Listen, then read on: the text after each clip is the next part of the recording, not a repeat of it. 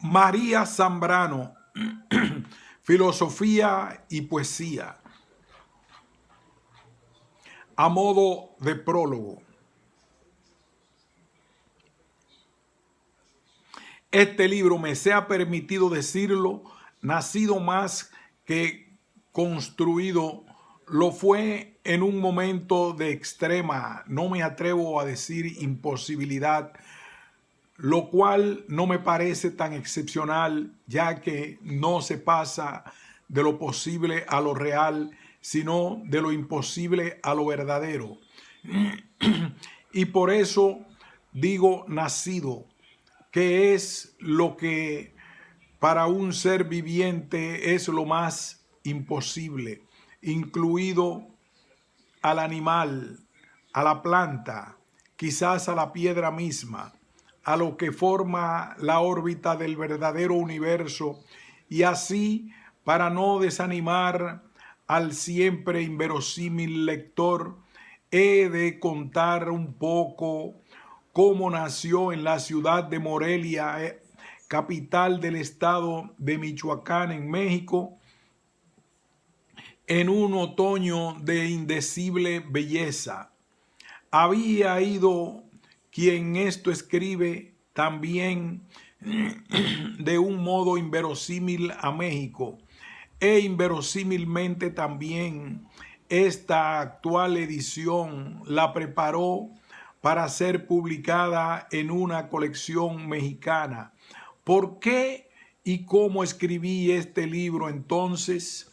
Es decir, en el cálido otoño de 1939, a los finales de la guerra de España, fui invitada para ir a Cuba y aún insistentemente recababa por alguna universidad norteamericana como profesora de español.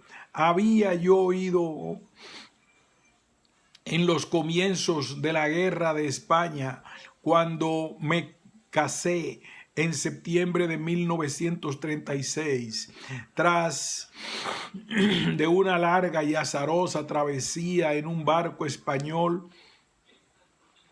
que partió de Cartagena, o sea, que había de atravesar el estrecho de Gibraltar y salir a aguas de la España imperial. Llegamos a La Habana en este buque que, según supimos, después iba a Veracruz.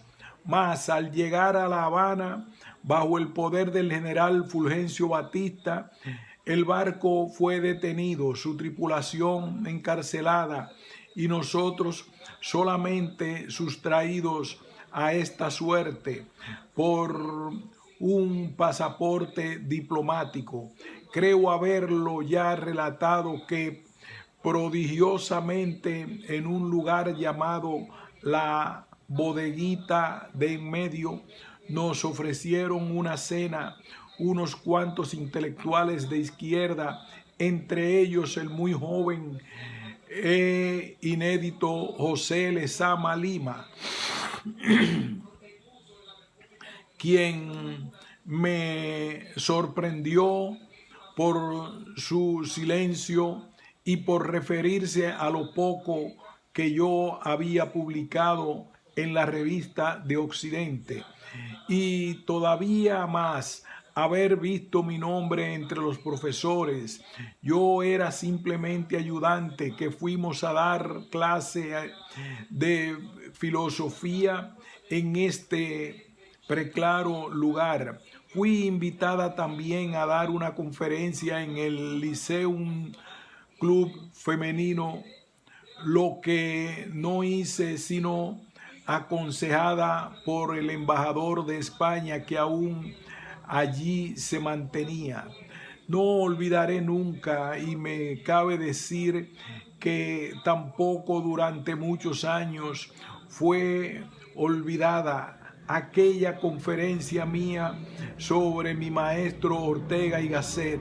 Mas la meta del viaje era Chile, Valparaíso, y así, a través de un largo y costoso periplo, hubimos de pasar en barco el canal de Panamá. El paisaje de Pablo y Virginia se me apareció por entero allí, y la llegada al otro lado del océano en Balboa, cuando se ponía el sol, bajamos por ciudades cuyo nombre me parecía irreal, y aunque yo bien sabía que en Antofagasta, donde había que llevar la tierra desde el norte porque allí era completamente estéril, se hablaba español. Me quedé maravillada como si no lo supiera ante este hecho, y al fin, para no detenerme más en este inolvidable y decisivo viaje, llegamos a Valparaíso, y desde allí, a través de un campo de cactus candelabro, a Santiago de Chile. En el instante mismo en que subíamos las escaleras del edificio de la embajada, bajaba el embajador, quien nos dijo: no deshagan ustedes las maletas, que me acaba de llamar el presidente de la República para romper relaciones con España. No fue así, una vez más, pero la amenaza estaba en pie. En consecuencia, ¿y qué tiene que ver todo esto con el libro Filosofía y Poesía?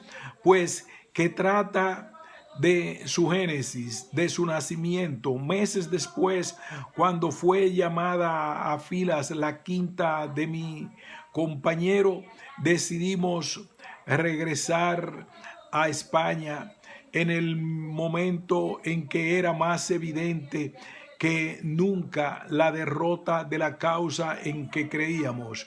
¿Y por qué vuelven ustedes a España si saben bien que su causa está perdida? Pues por esto mismo, por esto mismo.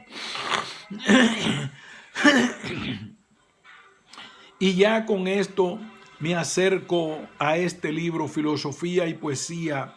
Fue escrito cuando después de la derrota fuimos a México, y tiene que ver íntimamente porque mi libro lo escribí en aquel otoño mexicano con homenaje a la Universidad de San Nicolás de Hidalgo, descendiente directo de los estudios de humanidades, fundado por don Vasco Quiroga, que lejos de las orillas del lago Pátzcuaro, que fue allí donde España, a la región de los indios tarascos, para fundar la utopía de República Cristiana de Tomás Moro.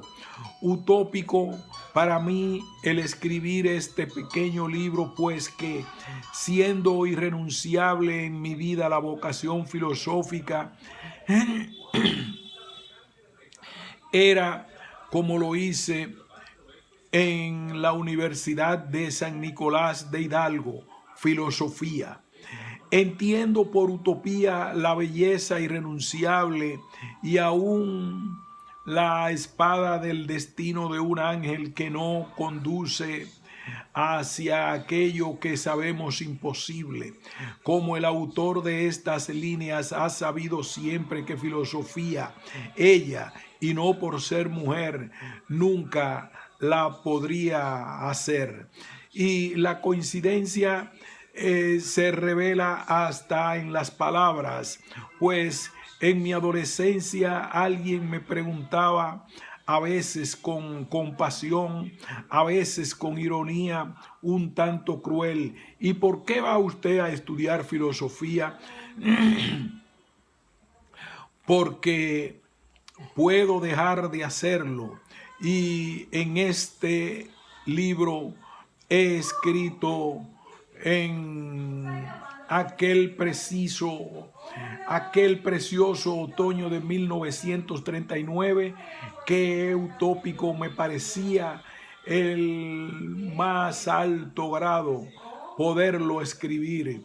Y en las utopías, cuando son de nacimiento, no se las puede discutir aunque uno se rebele contra ellas. La ocasión fue que en el año 1940 pretendía ser 3 las universidades fundadas por los bárbaros españoles: San Marcos de Lima, San Carlos de Guatemala y la universidad que debía su existencia a los estudios de humanidades fundadas por Don Vasco de Quiroga. Tenía que agradecerlo de algún modo y aceptarlo, sin más, aunque de vez en cuando yo me rebelase contra este imperio de escribir el libro, no exigido académicamente, sino personalmente por mí, entonces compañero, que sin medios ningunos los fue imprimiendo en una imprenta que solo podía tirar unos pliegos. Temblaba como había temblado al tener que explicar en la Ciudad de México, como miembro de la Casa de España, las 3 conferencias que habían ya formado el volumen Pensamiento y Poesía en la Vida Española. Más precisamente cuando era el momento de dar por terminado el curso de la universidad, se me pedía por un mandato invisible que se encarnaba en mí entonces, compañero, que ofrezco hoy al lector, después de haber sido publicado en la misma Morelia, recogido después y ya corregido a mano en algunos de los capítulos que forman el libro, en los ejemplares que me dieron por la universidad como regalo. El primer capítulo de este libro fue publicado con mayor certidumbre en la revista Taller, fundada y dirigida por mi desde entonces amigo y admirado Octavio Paz. Pero en el momento de proseguir, ya se trataba de un libro. Ya se trataba del ángel invisible e implacable que exige. Ya la forzosidad no servía. Ya era solo cuestión de vocación, de utópica vocación. Fue dado a publicar este libro en segunda edición en las Obras Reunidas de la editorial Aguilar, con una cierta seguridad por mi parte, a la que esta edición de Aguilar no ha correspondido en modo alguno. Mas ahora renace en mí el temblor del nacimiento, como si lo estuviese escribiendo ahora, y solo me atrevo a hacerlo por creer que lo nacido debe ser recogido, respetado. ¿Quién puede juzgar algo así? Yo no quiero escabullir mi responsabilidad.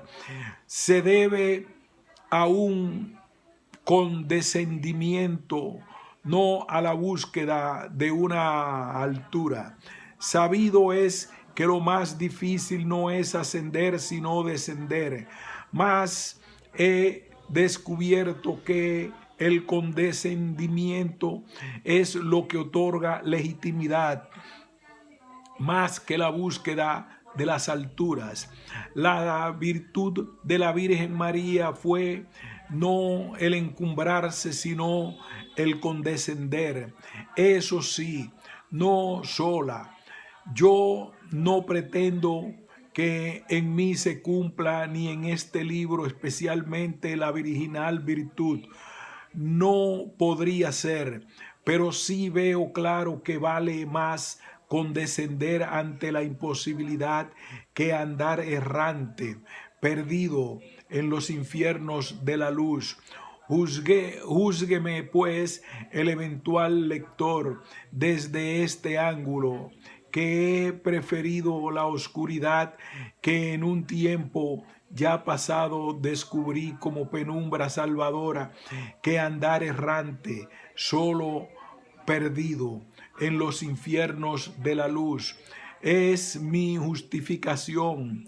Júzgueme, pues, el amor, y si de tanto no soy todavía digna, júzgueme, pues, el amor, y si de tanto no soy todavía digna, júzgueme, pues, la compasión. Y no digo más, creo que sea bastante para el inverosímil, pero imposible lector.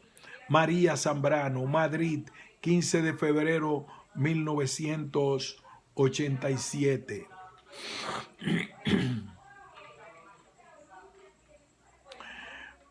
Pensamiento y poesía.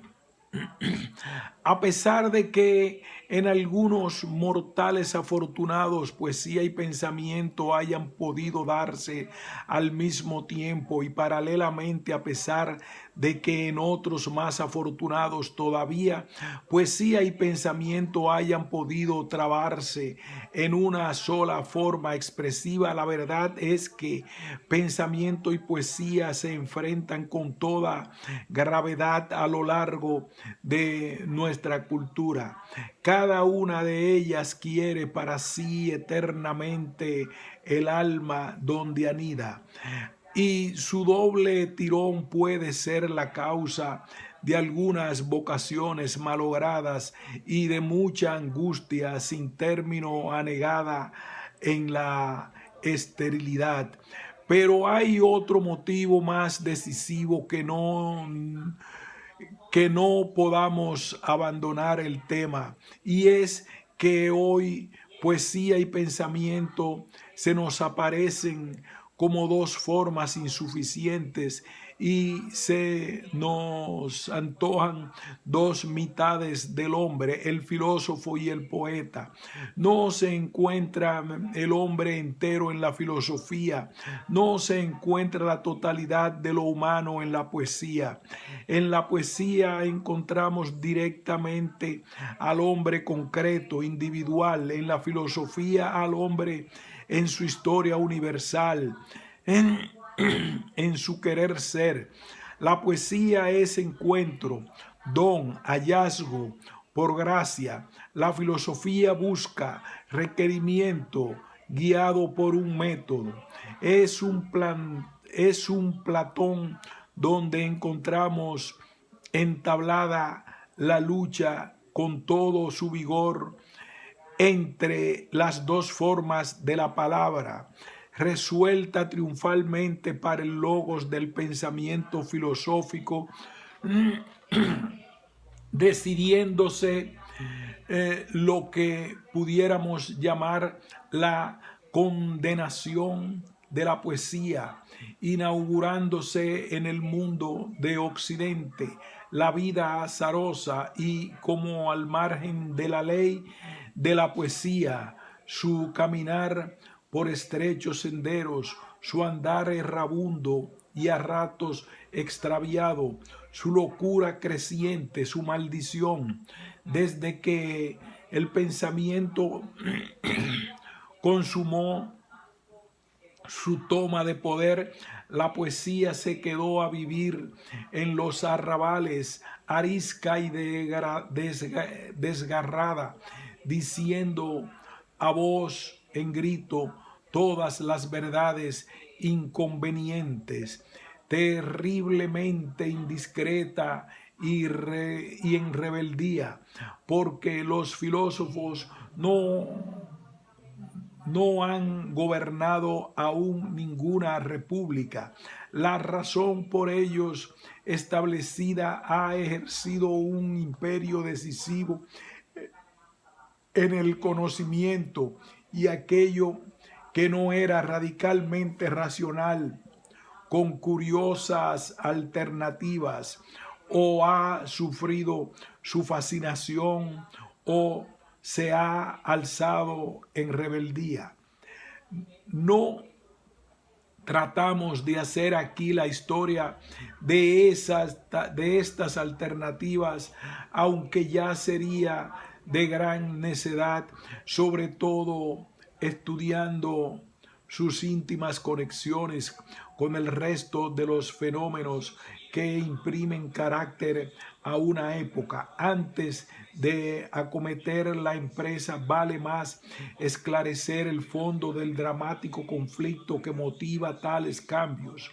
Vale más atender a la lucha que existe entre filosofía y poesía y definir un poco los términos del conflicto en que un ser necesitado de ambas se debate. Vale sí la pena manifestar la razón de la doble necesidad irrenunciable de poesía y de pensamiento, y el horizonte que se vislumbra como salida del conflicto.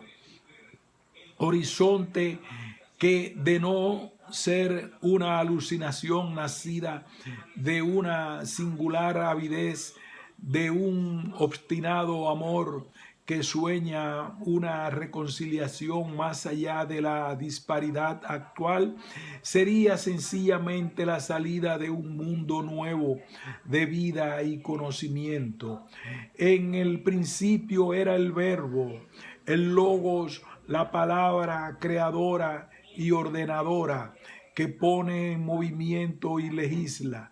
Con estas palabras, más pura razón cristiana viene a engarzarse con la razón filosófica griega. La venida a la tierra de una criatura que llevaba en su naturaleza una contradicción extrema, impensable, de ser a la vez divino y humano, no detuvo con su divino absurdo el camino del logos platónico aristotélico, no rompió con la fuerza de la razón, con su primacía. A pesar de la locura de la sabiduría flagelante de San Pablo, la razón como última raíz del universo seguía en pie. Algo de nuevo, sin embargo, había venido. Era la palabra de quien lo podía todo hablando. Y el logos quedaba situado más allá del hombre y más allá de la naturaleza, más allá del ser y de la nada. Era el principio, más allá de todo lo principiado. ¿Qué raíz tienen en nosotros pensamiento y poesía? No queremos de momento definirla, sino hallar la necesidad, la extrema necesidad que vienen a colmar las dos formas de palabra. ¿A qué amor menesteroso vienen a dar satisfacción? ¿Y a cuál de las dos necesidades es la más profunda, la nacida en zonas más hondas de la vida humana? ¿Cuál la más imprescindible? Si el pensamiento nació de la admiración solamente, según nos dicen textos venerables, no se explica con facilidad que fuera tan prontamente a plasmarse en forma de filosofía sistemática, ni tampoco haya sido una de sus mejores virtudes la de la abstracción, esa idealidad conseguida en la mirada, sí, más un género de mirada que ha dejado de ver las cosas, porque la admiración que nos produce la generosa existencia de la vida en torno nuestro no permite tan rápido desprendimiento de las múltiples maravillas que la suscitan. Y al igual que la vida, esta admiración es infinita, insaciable y no requiere decretar su propia muerte, pero la encontramos en otro texto venerable, más venerable por su triple aureola de la filosofía, la poesía y la revelación. Otra raíz de donde nace la filosofía. Se trata del pasaje del libro 7 de la República en que Platón presenta el mito de la caverna, la fuerza que origina la filosofía allí en la violencia. Y ahora ya sí, admiración y violencia juntas como fuerzas contrarias que no se destruyen, no se explican ese primer momento filosófico en el que encontramos ya la dualidad y tal vez el conflicto originario de la filosofía, el ser primeramente pasmo, extático ante las cosas y violentarse enseguida para liberarse de ellas. Diríase que el pensamiento no toma la cosa que ante sí tiene más que como pretexto y que su primitivo pasmo se ve enseguida negado y quién sabe si traicionado por esta prisa de lanzarse a otras regiones que le hacen romper su naciente éxtasis. La filosofía es un éxtasis fracasado por el desgarramiento. ¿Qué fuerza es esa que la desgarra? ¿Por qué la violencia, la prisa, el ímpetu de desprendimiento? Y así vemos ya más claramente la condición de la filosofía: admiración, sí, pasmo ante lo inmediato para arrancarse violentamente de ello y lanzarse a otra cosa, a una cosa que hay que buscar y perseguir y que no se nos da, que no regala su presencia. Y aquí empieza ya el afanoso camino, el esfuerzo metódico por esta captura de algo que no tenemos y necesitamos tener, con tanto rigor que nos hace arrancarnos de aquello que tenemos ya sin haberlo perseguido. Con esto solamente, sin señalar por el momento cuál sea el origen y significación de la violencia, ya es suficiente para que ciertos seres de aquellos que quedaron prendidos en la admiración originaria en el primitivo Saumasen no se resignen ante el nuevo giro, no acepten el camino de la violencia. Algunos de los que sintieron su vida suspendida, su vida enredada en la hoja, en el agua, no pudieron pasar el segundo momento en que la violencia interior hace cerrar los ojos buscando otra hoja y otra agua más verdaderas. No todos fueron por el camino de la verdad trabajosa y quedaron aferrados a lo presente e inmediato, a lo que regala la presencia y dona su figura, a lo que tiembla de tan cercano. Ellos no sintieron violencia alguna, o quizás no sintieron esa forma de violencia. No se lanzaron a buscar el trasunto ideal, ni se dispusieron a subir con esfuerzo el camino que lleva de simple encuentro con lo inmediato hasta aquello permanente, idéntico y ideal, fieles a la cosa, fieles a su primitiva admiración extática. No se decidieron jamás a desgarrarla, no pudieron porque la cosa misma se había fijado ya en ellos. Estaba impresa en su interior. Lo que el filósofo perseguía lo tenía ya dentro de sí. En cierto modo, el poeta, de cierto modo, sí, de qué diferente manera. ¿Cuál era esta diferente manera de tener ya la cosa que hacía justamente que no pudieran hacer la violencia filosófica y que sí producía, por el contrario, un género especial de desasosiego y una plenitud inquietante, casi aterradora? ¿Cuál era este poseer dulce e inquieto que calma y no basta? Sabemos que se llamó poesía, y quién sabe si algún otro nombre borrado. Y desde entonces el mundo se dividiera, surcado por dos caminos: el camino de la filosofía y el que el filósofo, impulsado por el violento amor a lo que buscaba, abandonó la superficie del mundo. La generosa inmediatez de la vida, basando su ulterior posesión total en una primera renuncia.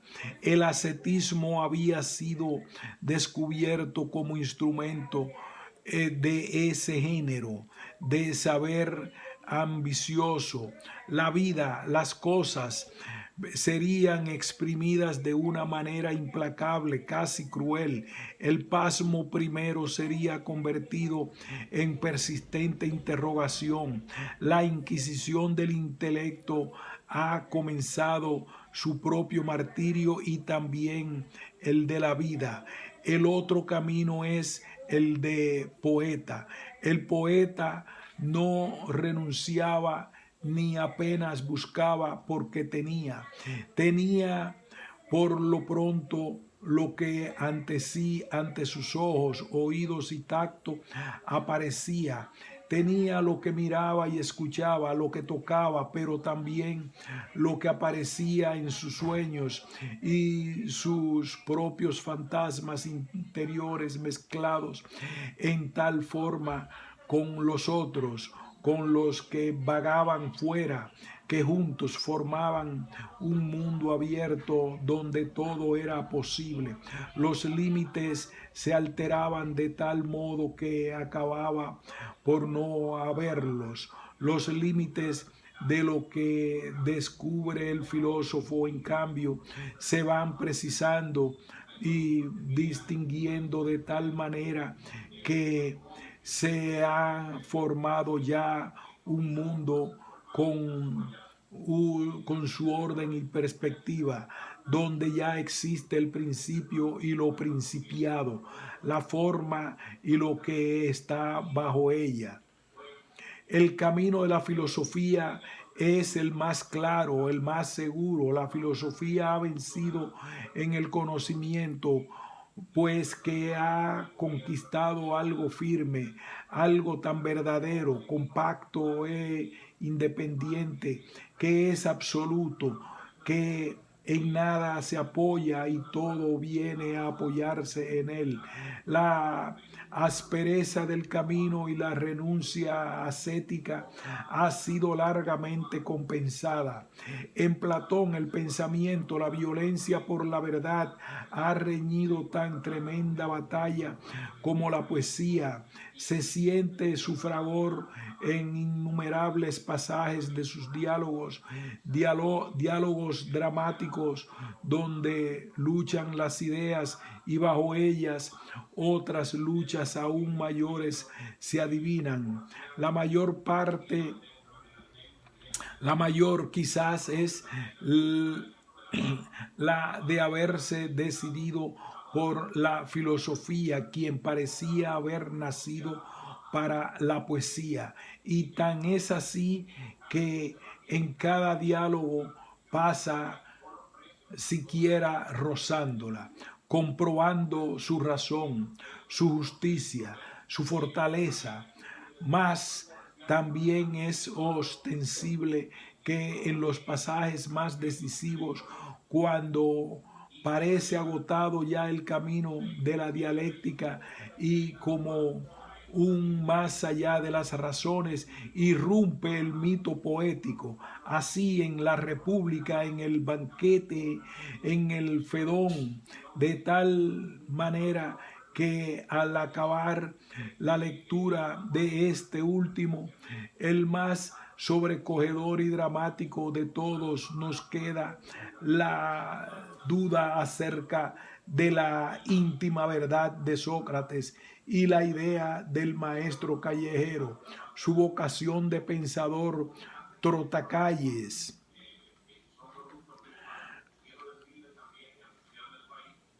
vacila. ¿Cuál era su íntimo saber? ¿Cuál la fuente de su sabiduría? ¿Cuál la fuerza que mantuvo tan bella y clara su vida? El que dice la filosofía es una preparación para la muerte. Abandona la filosofía al llegar a sus umbrales y pisándolos ya casi hace poesía y burla. Es que la verdad era otra, tocaba ya alguna verdad más allá de la filosofía, una verdad que solamente podía ser revelada en la belleza poética, una verdad que no puede ser demostrada, sino solo sugerida por ese más que expande el misterio de la belleza sobre las razones. ¿O es que las verdades íntimas de la vida, las de la muerte y el amor, son, aunque perseguidas, halladas al fin por donación, por hallazgo venturoso, por lo que después se llamaría gracia y que ya en griego lleva un hermoso nombre, Yaris Carites? En todo caso, Sócrates con su misterioso demonio interior y su clara muerte, Platón con su filosofía, parecen sugerir que un pensar puro, sin mezcla poética alguna, no habría hecho sino empezar. Y lo que pudiera ser una pura filosofía no contaba aún con fuerzas suficientes para abordar los temas más decisivos que a un hombre alerta de su tiempo se le presentaban. La poesía perseguía entre tanto la multiplicidad desdeñada, la menospreciada heterogeneidad, el poeta enamorado de las cosas que se apega a ellas, a cada una de ellas y las sigue a través del laberinto del tiempo, del cambio sin poder renunciar a nada, ni a una criatura, ni a un instante de una criatura, ni a una partícula de la atmósfera que la envuelve, ni a un matiz de la sombra que arroja, ni del perfume que expande, ni del fantasma que ya en ausencia suscita. ¿En qué acaso al poeta no le importa la unidad? ¿En qué se queda apegado vagabundamente, inmoralmente a la multiplicidad aparente por desgana o pereza, por falta de ímpetu ascético, por perseguir esa amada del filósofo, la unidad? Con esto tocamos el punto más delicado quizás de todos, el que proviene de la consideración unidad, heterogeneidad. Hemos apuntado en la línea que anteceden la divergencia del camino al dirigirse al filósofo hacia el ser oculto tras las apariencias y al quedarse el poeta sumido en estas apariencias. El ser habría sido definido con unidad ante todo, por eso estaba oculto, y esa unidad era sin duda el imán suscitador de la violencia filosófica.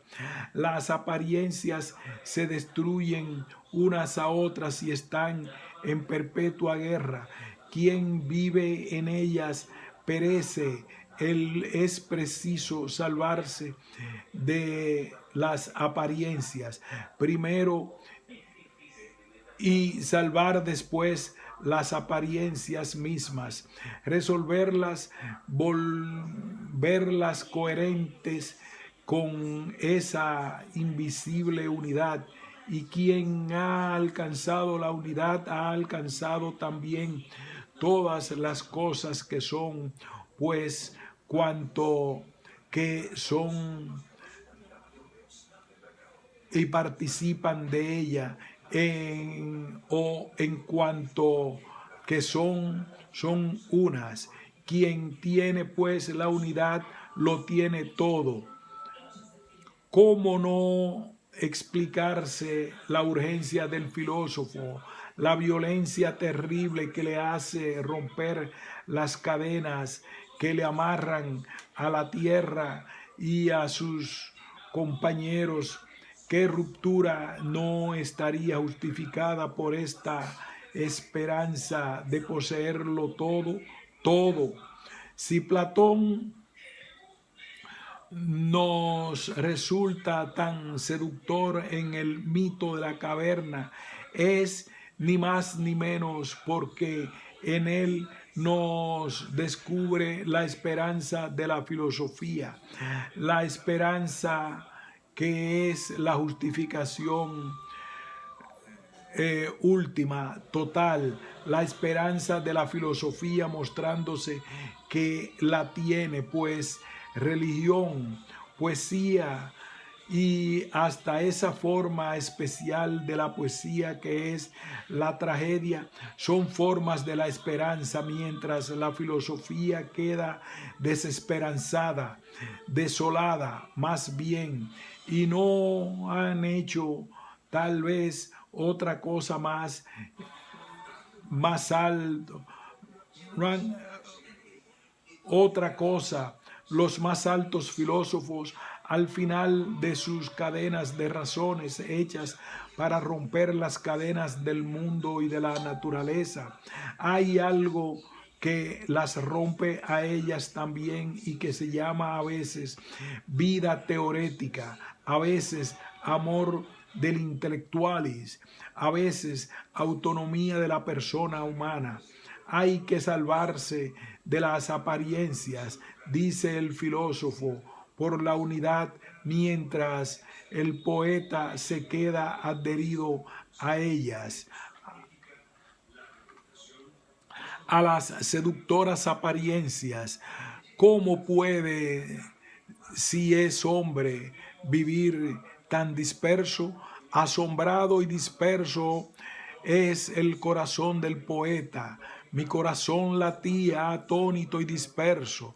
No cabe duda de que este primer momento de asombro se prolonga mucho en el poeta, pero no nos engañemos creyendo que es su estado permanente del que no puede salir. No, la poesía tiene también su vuelo, tiene también su unidad, su trasmundo. De no tener vuelo el poeta no habría poesía, no habría palabra.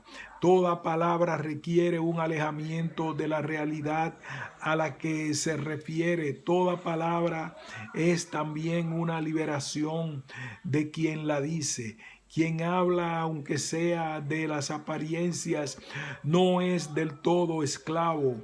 Quien habla, aunque sea de la más abigarrada multiplicidad, que ya ha alcanzado alguna suerte de unidad, pues que embebido en el puro pasmo, prendido a lo que cambia y fluye, no acertaría a decir nada, aunque este decir sea un cantar. Y ya hemos mentado algo afín, aún afín a la poesía, pues que anduvieron mucho tiempo juntas la música. Y en la música es donde más suavemente resplandece la unidad. Cada pieza de música es una unidad y sin embargo solo está compuesta de fugaces instantes. No ha necesitado el músico echar mano de un ser oculto e idéntico a sí mismo para alcanzar la transparente e indestructible unidad de sus armonías. No es la misma, sin duda, la unidad del ser a que aspira el filósofo, a esta unidad asequible que alcanza la música. Por el pronto, esta unidad de la música está ya ahí realizada. Es una unidad de creación con lo disperso y pasajero, y se ha construido algo uno, eterno. Así el poeta en su poema crea una unidad con la palabra, esas palabras que tratan de apresar lo más tenue, lo más alado, lo más distinto de cada cosa, de cada instante. El poema es ya la unidad no oculta, sino presente, la unidad realizada, diríamos, encarnada. El poeta no ejerció violencia alguna sobre las heterogéneas apariencias y sin violencia alguna también logró la unidad, al igual que la multiplicidad primero le fue donada graciosamente por obra de las carites. Pero hay por el pronto una diferencia, así como el filósofo si alcanza la unidad del ser, sería una unidad absoluta, sin mezcla de multiplicidad alguna. La unidad lograda del poeta en el poema es siempre incompleta y el poeta lo sabe, y ahí está su humildad en conformarse con su frágil unidad lograda. De ahí ese temblor que queda tras todo el buen poema y esa perspectiva limitada, estela que deja toda poesía tras de sí y que nos lleva tras ella, ese espacio abierto que rodea a toda poesía, pero aún esta unidad lograda, aunque completa, parece siempre gratuita en oposición a la unidad filosófica tan ahincadamente perseguida. El filósofo quiere lo uno porque lo quiere todo, hemos dicho, y el poeta no quiere propiamente todo porque teme que en ese todo no esté en efecto cada una de sus cosas y sus matices. El poeta quiere cada una de las cosas sin restricción, sin abstracción, ni renuncia alguna. Quiere un todo desde el cual se posea cada cosa, mas no entendiendo por cosa esa unidad hecha de sustracciones. La cosa del poeta no es jamás la cosa conceptual del pensamiento, sino la cosa complejísima y real, la cosa fantasmagórica y soñada, la inventada, la que hubo y la que no habrá jamás. Quiere la realidad, pero la realidad poética no es solo la que hay, la que es, sino la que no es. Abarca el ser y el no ser en admirable justicia caritativa, pues todo tiene derecho a ser, hasta lo que no ha podido ser jamás. El poeta saca de la humillación el no ser a lo que en él gime, saca de la nada a la nada misma y le da nombre y rostro. El poeta no se afana para que las cosas que hay, unas sean y otras no lleguen a este privilegio, sino que trabaja para que todo lo que hay y lo que no hay llegue a ser. El poeta no teme a la nada. Aparición, presencia que tiene su trasmundo en que apoyarse. La matemática sostiene al canto. La tendrá la poesía también su trasmundo, su más allá en que apoyarse, su matemática. Así es, sin duda, el poeta alcanza su unidad en el poema más pronto que el filósofo. La unidad de la poesía baja enseguida a encarnarse en el poema y por ello se consume a prisa. La comunicación entre el logos poético y la poesía concreta y viva es más rápida y más frecuente. El logos de la poesía es de un consumo inmediato, cotidiano, desciende a diario sobre la vida, tan a diario que a veces se la confunde con ella. Es el logos que se presta a ser devorado, consumido.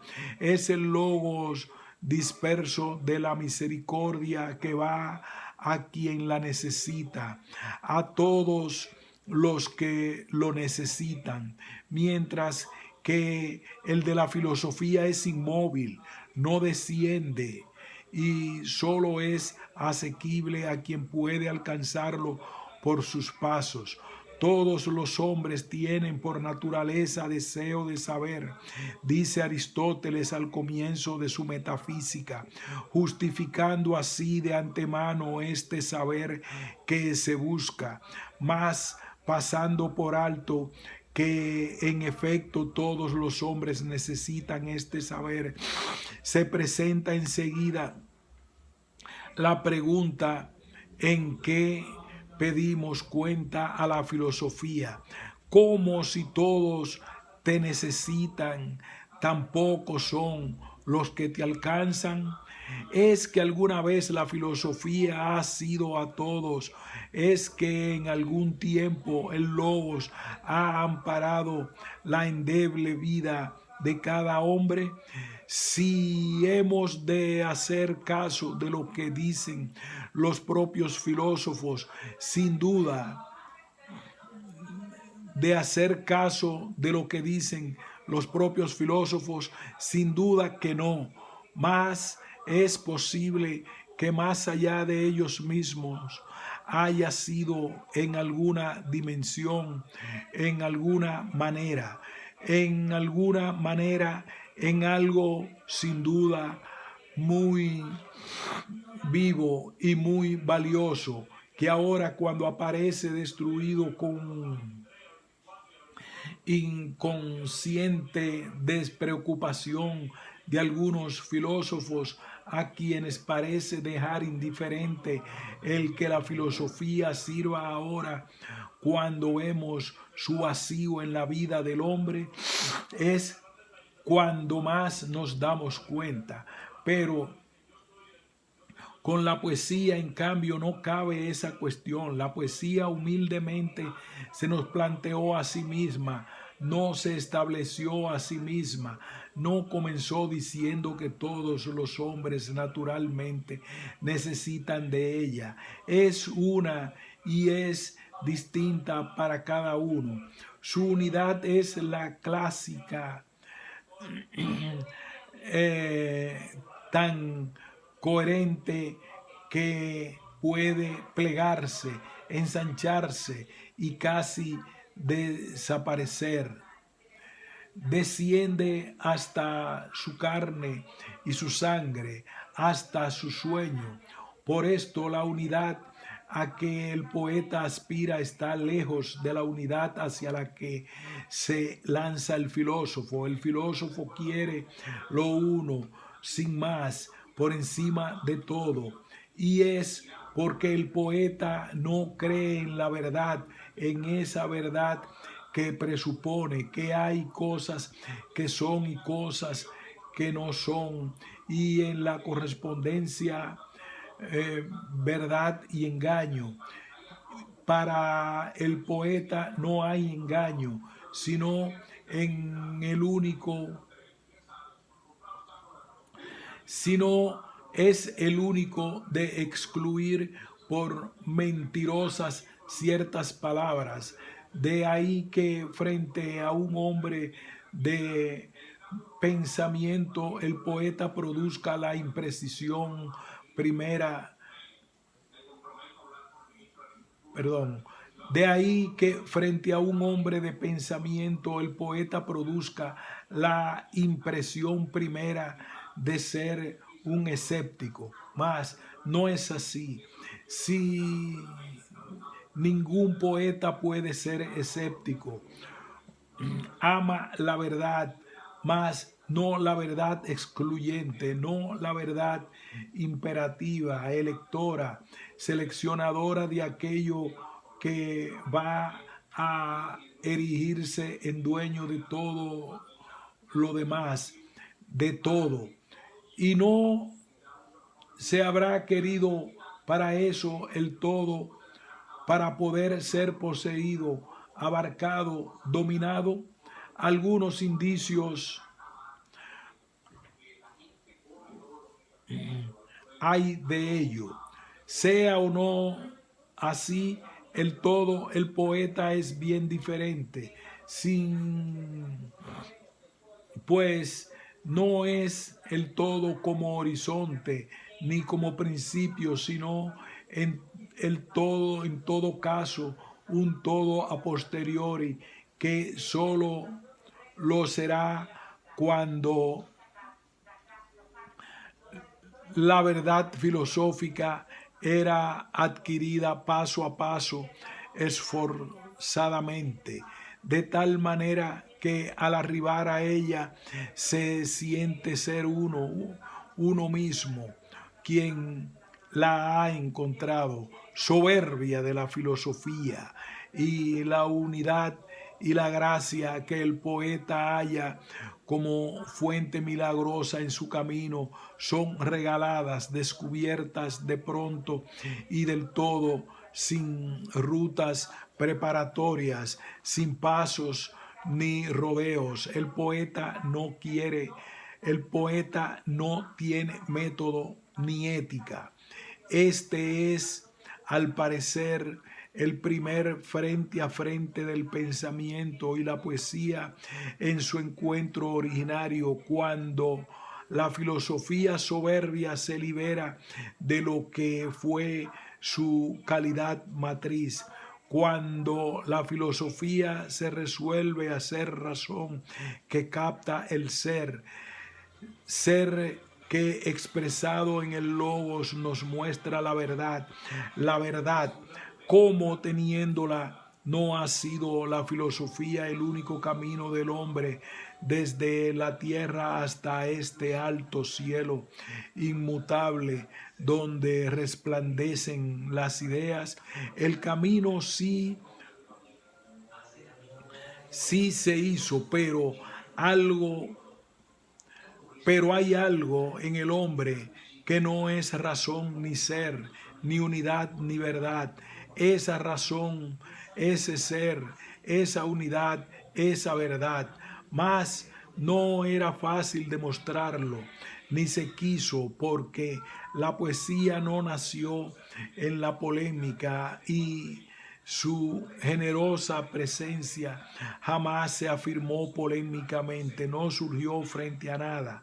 No es polémica la poesía, puede,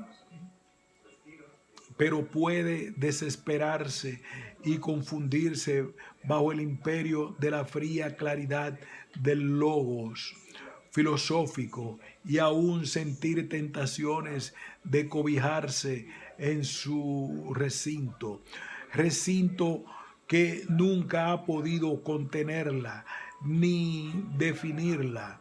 Y al sentir el filósofo que se le escapaba, la confinó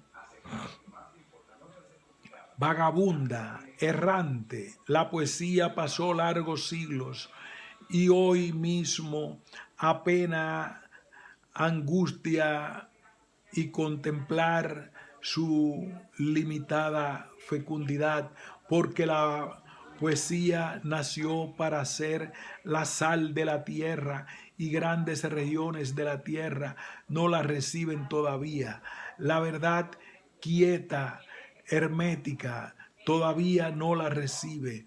En el principio era el Logos, sí, pero el Logos se hizo carne y habitó entre nosotros, lleno de gracia y de verdad.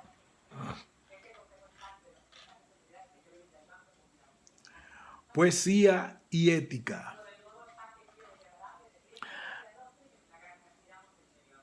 Continuaremos.